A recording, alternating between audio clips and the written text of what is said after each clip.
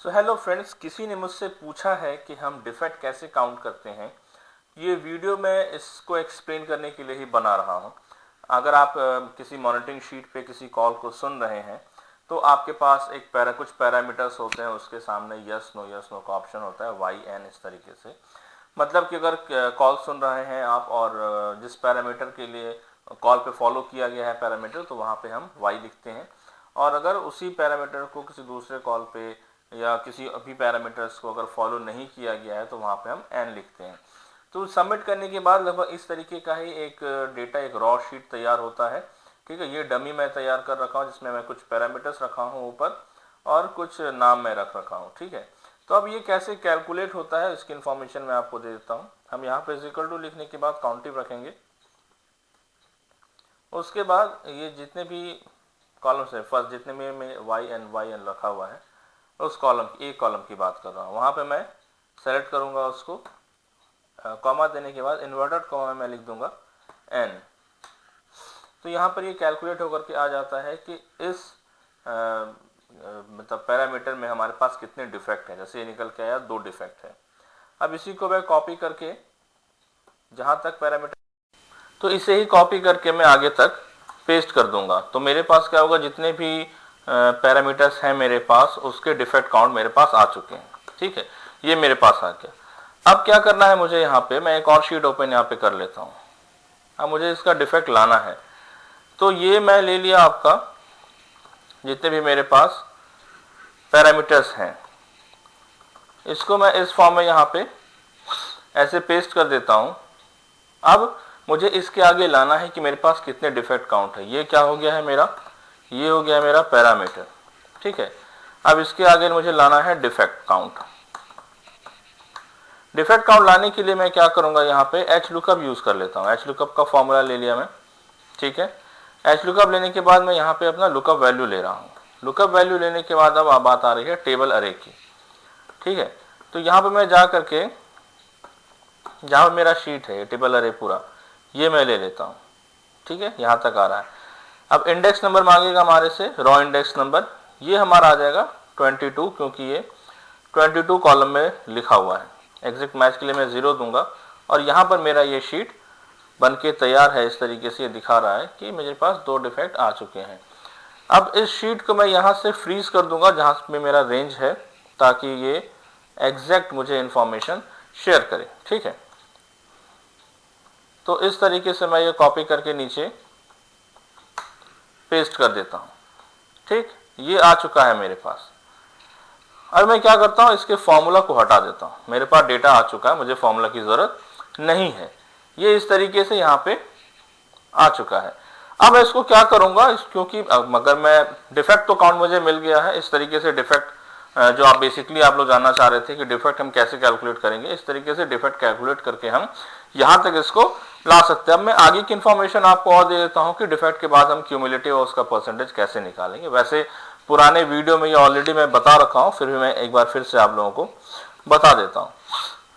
तो ये हो चुका है, मेरा पैरामीटर आ चुका है, डिफेक्ट काउंट आ गया है। यहाँ पर मैं जाऊँगा, इसको कस्टम में जाता हूँ, कस्टम शॉर्ट पे, और शॉर्ट मुझे क्या करना है, डिफेक्ट काउंट करना है। वैल्यू रहेगी इसमें, मुझे चाहिए लार्जेस्ट टू स्मॉलेस्ट, यानी कि जो सबसे बड़ा है वो पहले चाहिए। तो मुझे क्या पता चलता है कि मेरे पास जो सबसे बड़ा पैरामीटर, सबसे बड़ा जो डिफेक्ट था वो 12 काउंट है।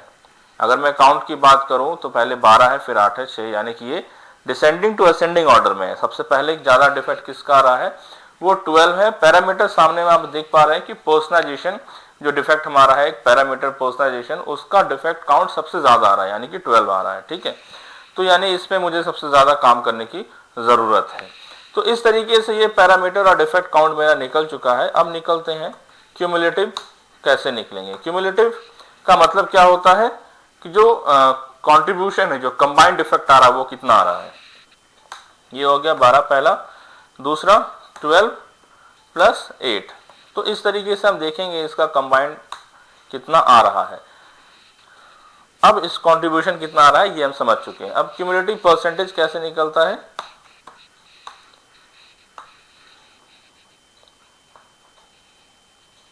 This divided by this.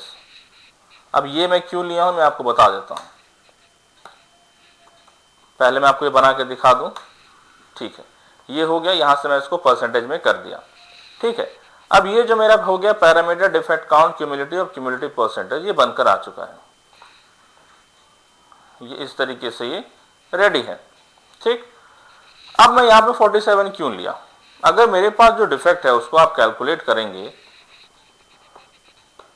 तो वो कितना आएगा। यहां पे मैं टोटल अगर सम देखूं तो यहां पे आप देख रहे हैं बिल्कुल 47 आ रहा है। ठीक है, इसका मतलब क्या है, यहां पर ये 47 है, क्यों आ रहा है 47 ये मैं आपको बता देता हूं। जो भी टोटल सम है मेरे पास, अगर मैं बात करूं, मेरे पास जो टोटल डिफेक्ट काउंट आ रहा है, किसी में 12 है, किसी में 8, किसी में 6, लेकिन सभी पैरामीटर की अगर मैं बात करूं तो वो 47 है।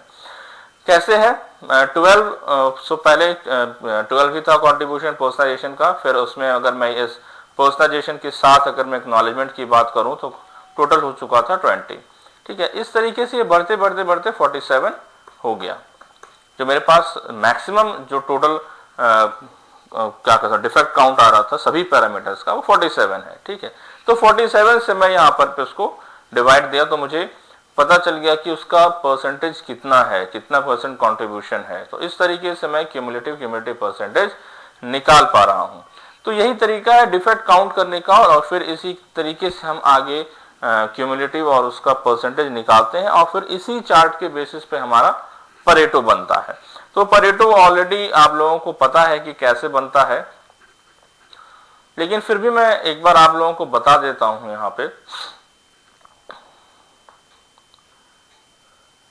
एक कोई भी चार्ट मैं ले लेता हूं 2D।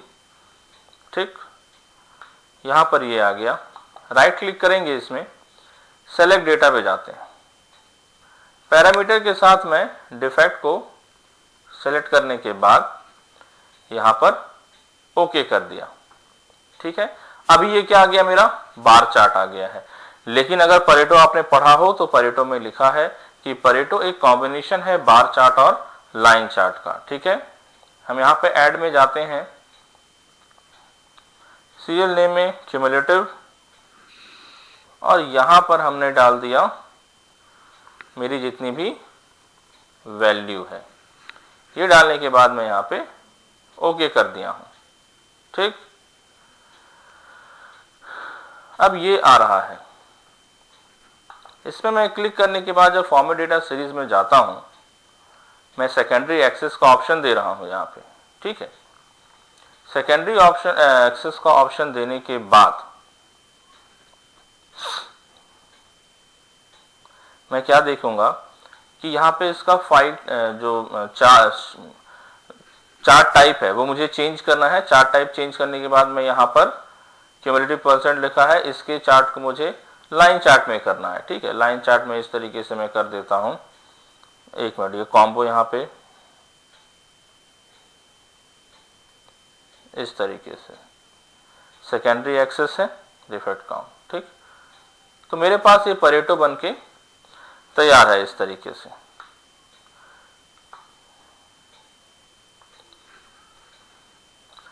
अब ये आपको इसलिए ऐसा लग रहा है क्योंकि यहाँ पे जो इसका एक्सेस है वो ज़्यादा है। अगर मैं 120% तो होता नहीं है, होता ये 1% 100% तक ही है। ठीक है,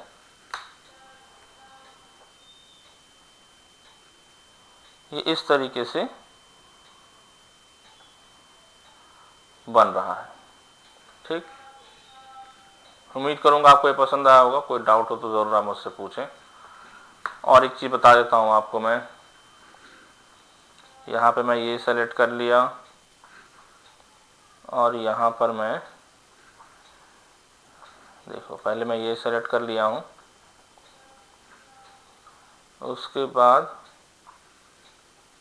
मैं ये सेलेक्ट करने के बाद इंसर्ट में जाऊँगा, जब रिकमेंडेड चार्ट का ऑप्शन आता है यहाँ पर भी आपको इस तरीके से बना हुआ ये मिलता है। तो दोनों तरीका है, जिस भी तरीके से आप बनाना चाहें बना सकते हैं। लेकिन हाँ, अगर आप ये तो रेडीमेड हुआ, बना बनाया है पहले से, लेकिन अगर आपको जानना है कि बनता कैसे है ये, तो आप उस क्या कहते हैं मेथड्स को, स्टेप्स को फॉलो करेंगे तो उस हिसाब से आप फिर बना सकते हैं। तो आई होप ये वीडियो आपको पसंद आया होगा। कोई भी डाउट हो तो मुझसे ज़रूर पूछें आप। Thank you so much.